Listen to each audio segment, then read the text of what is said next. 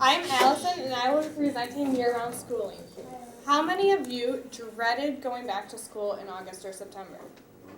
Many of you do, and maybe many of you did, and maybe even still do.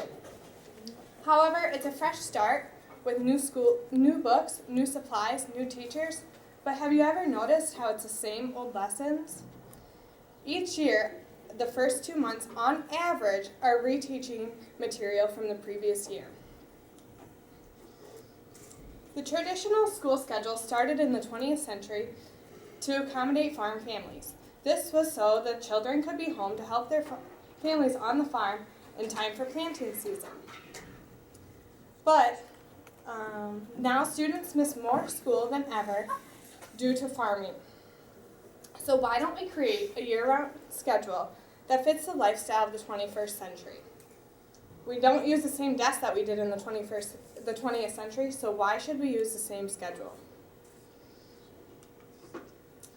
With reteaching material at the beginning of the school year, it is becoming harder and harder for schools to achieve the Common Core state standards. With limited time, students are also lacking in test performance, which leaves them behind for college readiness. This picture here shows the outcomes in the support systems students have.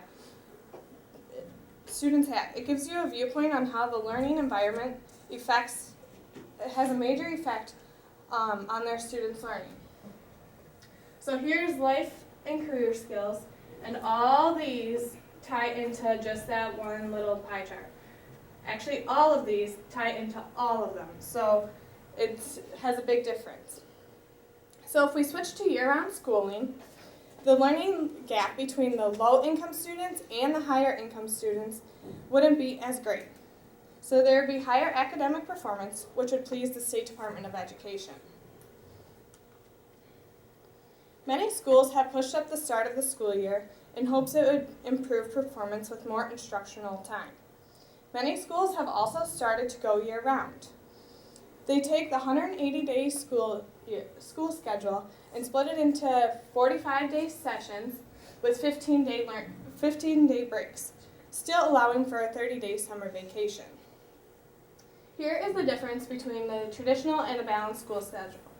So this is what most schools have now, where we have the 55 days of learning, 5 days off, 40 days learning, 60 days off, 70 days learn, 3 days off, and 15 days of learning. Whereas if we look here, it would be a more balanced schedule with the 45 days of learning, 15 days off more periodically. Which one would you guys prefer? So the solutions. We can either keep the traditional school schedule, which most schools have currently, and add summer learning programs, or we can use this year-round schooling schedule that would fit the lifestyles of many. Now let me ask you one final question. Would you enjoy school more if we had more frequent breaks? Would you guys?